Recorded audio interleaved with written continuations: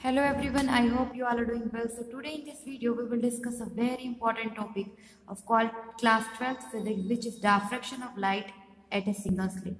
Earlier video we have discussed about diffraction of light at the central maxima, मतलब हमने single slit की help से ही diffraction of light किया था, but we obtain the intensity at central maxima that comes out to be our maximum intensity. Now in this lecture we will discuss some of the first minima, secondary maxima. So basically this is the diagram of diffraction of light at a single slit, and here you are going to calculate the intensity of light at point P. हाँ जी, P पे calculate करनी है. Let's see what we have considered here. S is a monochromatic light source held at the focus of collimating lens. Basically आपने यहाँ पे एक source लिया है जो कि मोनोक्रोमेटिक लाइट सोर्स है. अब आपने इसके आगे L1 लेंस लगा दिया है. क्या प्रॉपर्टी होती है कॉन्वेक्स लेंस की? अगर उस पर कोई पैरेलल रेज आ रही हैं, या हम जनरली डिस्कस यहाँ पे क्या कर रहे हैं कि जो आपने सोर्स लिया है वो कहाँ पे, हमने इस लेंस के फोकस पे कंसिडर किया है. तो अगर यहाँ पे आपका फोर्स जो सोर्स है वो फोकस पे है, तो लेंस में से पास होने के बाद after refraction you obtain the parallel lines. That means a parallel beam of light emerging from the lens with a plane wave front W dash is made to fall on the single slit AB. यहाँ पे देखिए आपने next slit attach की है. AB is your slit. हाँ जी, the width of the slit is A. यहाँ पे जो A to B की width है वो किसके इक्वल है? This is equal to A. हाँ, जैसे वो अर्लियर डिस्कस, जो विथ होनी चाहिए वो कंपेरेबल टू लाइट होनी चाहिए. That means comparable to the wavelength of lights. Here the width of slit A B is A and is of the order of wavelength of light. Therefore जब देखिए जब comparable होगी तभी diffraction होगा, इसीलिए इसके केस में यहाँ पे डायफ्रैक्शन पॉसिबल है. The diffraction pattern is focused on the screen XY जो स्क्रीन आपको दिख रही है, यहाँ पे हम डायफ्रैक्शन पैटर्न को फोकस करेंगे. किसकी हेल्प से? With the help of convex lens L2. हाँ जी बच्चा, लेट्स सी. यहाँ पे आप देख रहे हैं, यहाँ सारा प्रोसेस अब यही वाला कंसिडर होगा. देखिए ये जो लाइन्स हैं पैरेलल जा रही हैं, पैरेलल जाती तो after passing through the convex lens it met on the optical centre. ये जनरली बात करेंगे इस O पॉइंट पे मेट करेंगी. लेकिन यहाँ पे क्या है, जब ये यहाँ से पास होके जाती तो आपको इस O पॉइंट पे मैक्सिमम इंटेंसिटी ऑब्टेन होती, बट आपको इस P पॉइंट के ऊपर इंटेंसिटी चेक करनी है. तो यहाँ पर करने के लिए आप देख रहे हैं इन वेव्स को हम किसी एंगल थीटा पे डायफ्रैक्ट कर देते हैं. जब आप इन वेव्स को किसी एंगल थीटा पे डायफ्रैक्ट करते हैं तो आपको P के ऊपर इंटेंसिटी मिलेगी. हमें चेक करेंगे क्या मिल रहा है. हमें इस पॉइंट के ऊपर हमें मिलेगा first minima. Some basic consideration इस डायग्राम की. यहाँ पे देखिए ए से बी की जो विड्थ है वो हमने स्मॉल a रिप्रेजेंट की है. W डैश आपका एक प्लेन वेव फ्रंट है. यहाँ पे अगर चेक करते हैं इस स्लिट से स्क्रीन तक का डिस्टेंस हमने कैपिटल D कंसिडर किया है, और जिस पॉइंट के ऊपर आप इंटेंसिटी कैलकुलेट करने वाले दैट पॉइंट P को हमने यहाँ से अगर इस लाइन को पैरेलल लेके गए हैं तो O से P का डिस्टेंस हमने x कंसिडर किया है. हाँ जी बेटा, देखिए अगर हम इस डायग्राम को कंसीडर करें तो ए से बी के बारे में अगर हम डिस्कस करते हैं, ये अगर हम ए ले रहे हैं तो देखिए डिवाइड कर दीजिए. A to C is A/2 and C to B is also A/2. तो देखिए बिल्कुल इक्वल डिस्टेंस है. ये पैरेलल रेज जाती है, पैरेलल रेज आपको O पॉइंट पे मिट करके मैक्सिमम इंटेंसिटी देती है, बट आपने इन रेज को कुछ एंगल से डायफ्रैक्ट कर दिया है. अब ये रेज क्या कर रही है? थीटा एंगल इंक्लाइन है इन रेज से. अब देखिए क्या होगा इस P पॉइंट तक पहुंचने में. अगर हम कंसिडर करें क्या जो रे A से P पर जा रही है, जो C से और जो B पे, means all the rays going from point A, C और B have same phase difference और पाथ डिफरेंस और नॉट. क्या वो उनको इक्वल डिस्टेंस ट्रैवल करना पड़ रहा है? नहीं. देखिए जो A से P है, जो C से P है एंड B to P अगर हम कंसिडर करें, मैक्सिमम डिस्टेंस किसको ट्रैवल करना पड़ रहा है? जो B को से जा रही है उससे कम C से, and minimum distance from A. तो हम यहाँ क्या कर रहे हैं? We are drawing here perpendicular AN on BL हम क्या कंसिडर कर रहे हैं? B is that point and L we are considering this lens. इस लेंस के ऊपर यहाँ इस मिड सेक्शन में एक परपेंडिकुलर हम कंसिडर करते हैं. जब ये परपेंडिकुलर लाइन आप इसके ऊपर डालते हो तो क्या हो रहा है? आप यहाँ से डिस्टेंस देखिए, आप जब परपेंडिकुलर डालने के बाद अभी जो ये डिस्टेंस है, मीन्स इस परपेंडिकुलर से आगे का डिस्टेंस A to X का, दिस पॉइंट आप कुछ भी कंसिडर कर लीजिए, and from this point N आपको जो डिस्टेंस होगा P पॉइंट तक पहुंचने का इक्वल होगा. यहाँ जो डिफरेंस आया है वो किसका आया है? वो आया है दिस BN का. अगर आपने इन एंगल्स को किसी एंगल पे डायफ्रैक्ट कर दिया, इन रेस को किसी एंगल पे डायफ्रैक्ट कर दिया, तो आपके पास कुछ अमाउंट क्या आ गया है, पाथ डिफरेंस का। इन सभी रेस अभी सेम डिस्टेंस को ट्रैवल नहीं कर रही है, कुछ ना कुछ डिस्टेंस है, इसमें एक्स्ट्रा डिस्टेंस है। हाँ जी बेटा, इस डायग्राम के केस में पाथ डिफरेंस बी एन किसके इक्वल हो जाएगा, this B N equal to, देखिए यही एक्स्ट्रा डिस्टेंस ट्रैवल किया है सेकेंडरी वेव्स ने इस पी पॉइंट तक पहुंचने के लिए, क्योंकि now we have to calculate the value of first minima. तो यहाँ से extra distance this B N को कैलकुलेट कर सकते हैं by using sine theta. Sine theta क्या होता है, perpendicular upon hypotenuse. So this is perpendicular B N upon hypotenuse is your A B will equal to sine theta. So we will have B N will equal to A, ये जो पूरी यहाँ से यहाँ तक का डिस्टेंस था वो ए था, A sine theta. We have the equation B N will equal to A sine theta. हाँ जी, लेट्स रिकॉल अभी तक हमने इस डायग्राम में क्या क्या किया है पोजीशन ऑफ सेकेंडरी मिनिमा को ऑब्टेन करने के लिए। लेट अस नाउ, यहाँ पे हमने क्या कंसीडर किया, the secondary wave travelling in a direction make in angle theta with CO, all the secondary wave traveling in this direction reach a point P on the screen. The intensity at P will depend upon the path difference between the secondary wave emitted from the corresponding point of the wave front. Basically किस पे depend कर रहा है, ये path difference पे depend करता है। आपने AN परपेंडिकुलर डाला किस पे, BK पे, तो path difference between the secondary wave reaching P from A to B is AN, and AN we have calculated, AN will equal to AB sin theta, that comes out to be A sin theta. अब हम ये consider कर लें, if this path difference is lambda, अगर ये जो path difference आपने A sin theta consider किया ये लैम्डा हो तो क्या होगा, तो point P will be point of minimum intensity। ऐसा क्यों, this is because the whole wave front, जो आपने पूरा वेव फ्रंट कंसिडर किया था WW', उसको हमने दो पार्ट्स में डिवाइड किया है, एक CA एंड एक CB से। If path difference between the secondary wave from A to B is lambda हो, तो path difference between the secondary from A to C reaching at P will be lambda by 2, and path difference between the secondary wave from B to C reaching at P will be lambda by 2। Also every point on the upper half, अभी हम देखेंगे कि जो upper half है A to C, there is a corresponding point in lower half, तो उसको cancel करने के लिए नीचे लोअर हाफ में भी कोई ना कोई पॉइंट है, इसीलिए विच इज जो कि किसका पाथ है, सेकेंडरी वेव्स का, reaching P is lambda by 2। तो कैसा होगा, देखिए ऊपर भी आपके पास जो है उससे अपोजिट नीचे वाले में प्रेजेंट है, दैट्स वाई आपका यहाँ पे डिस्ट्रक्टिव इंटरफेरेंस होगा। डिस्ट्रक्टिव इंटरफेरेंस होने पे आपको क्या मिलता है, मिनिमा। तो आपको यहाँ पे P पॉइंट के ऊपर फर्स्ट सेकेंडरी मिनिमा ऑब्टेन हो जाएगा। अगर आपका पार्ट डिफरेंस सपोज कर लीजिए BN आपका लैम्डा के इक्वल नहीं 2 लैम्डा के इक्वल हो जाए, तो ऐसे केस में क्या होगा, the point P will B of the position of secondary minima. तो हमारे पास एक जनरल इक्वेशन आ गई, that path difference is A sign theta N।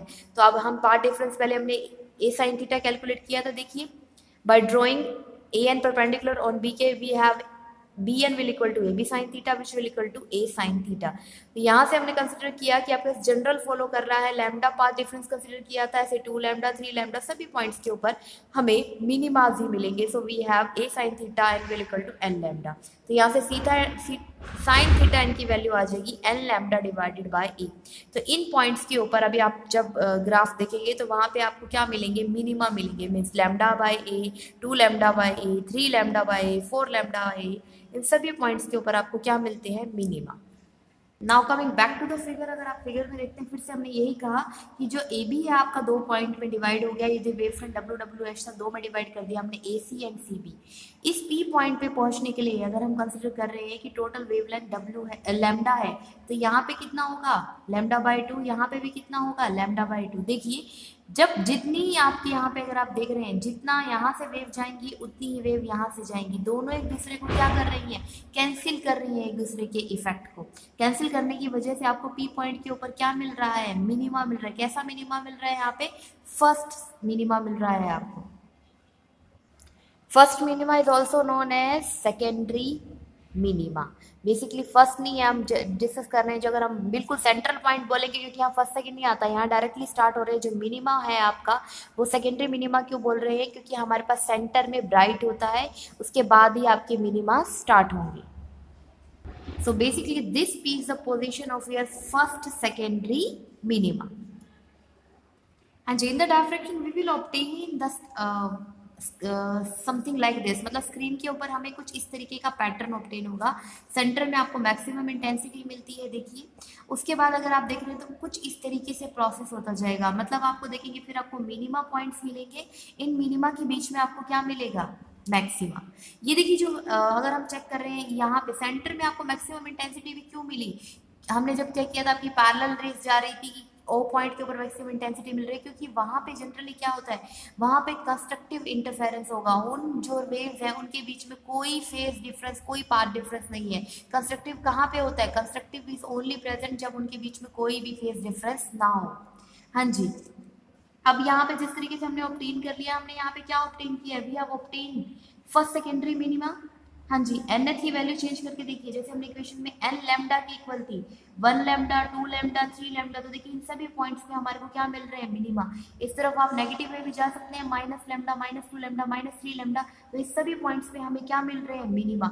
अभी हमें कैलकुलेट करना था position of maxima, this is the position of your secondary maxima, let see. तो यहाँ से भी देखिए आप जनरली आप देखिए लैम्डा और 2 लैम्डा के बीच में, लैम्डा और 2 लैम्डा के बीच में तो क्या होगा, 1 और 2 के बीच में 3/2, so there must be 3/2 lambda। हाँ जी बेटा, बिल्कुल सिमिलर है, जैसे अब आपने यहाँ पे position of secondary minima calculate किया था, वैसे मैक्सिमा भी कैलकुलेट करेंगे, बस डिफरेंस यहाँ क्या है, देखिए जब आप position of secondary maxima calculate कर रहे हैं, ऑब्वियसली जो पी पॉइंट आपने कंसिडर किया था उससे कुछ ऊपर, हमने शो नहीं कर रखा डायग्राम में, P1 कोई पॉइंट हो, हम एज्यूम कर रहे हैं कि वहां पे आपको क्या मिलेगा, सेकेंडरी मैक्सिमा। ऑब्वियसली अगर आप देखते हैं तो अभी हमें जो ये Bn की वैल्यू है ये कुछ और कंसिडर करनी पड़ेगी, Bn a sin थीटा के इक्वल तो होगा। अभी हमने आपको डायग्राम की ग्राफ की हेल्प से दिखाया कि आपको मिनिमा कहाँ मिल रहे थे, लैम्डा पे, 2 लैम्डा पे, 3 लैम्डा पे, तो मैक्सिमा इन बिटवीन मिलेगा। इन बिटवीन मतलब आपको जो यहाँ पे पोजीशन ऑफ सेकेंडरी मैक्सिमा सबसे पहले मिलने वाली है, दैट इज योर 3 λ/2। अगर ये आपका 3 λ/2 पे हो जाए, मतलब then P1 will be the position of first secondary maxima, P1 position होगी first secondary maxima की।